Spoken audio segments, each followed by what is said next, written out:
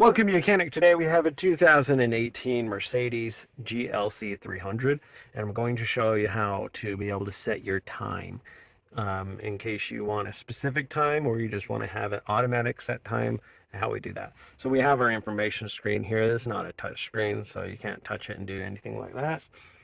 So what we have is we have some buttons down here, and this will bring us our telephone, media, radio. That does a few options with there.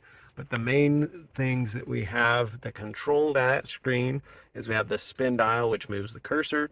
You can go up and down with the arrow option here. And then we have the back button here. And so that's how we will control the cursor movement up here. So you have a couple ways in where you can get to the time. Number one, we can just scroll down here and hit time, hit the enter button. Or you can go into the vehicle,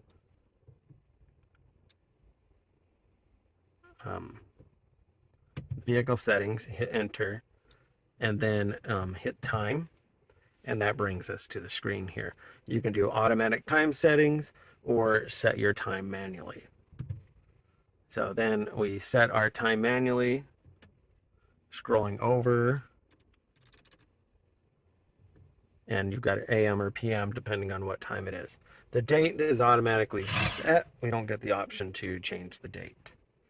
So done there, we can hit enter again. Now if you do want to change the date format, we can go here and be able to change it to any of these options. And then if you like to have it in the 24-hour clock, you can change your clock here from 24-hour to AM, PM, either one. And then when you're done with choosing any option, then we can just hit the return button, which is the back button, and that is how you set your time. And you can see that the time clock here matches what we set it to. So that's how you would set your time on your Mercedes GLC.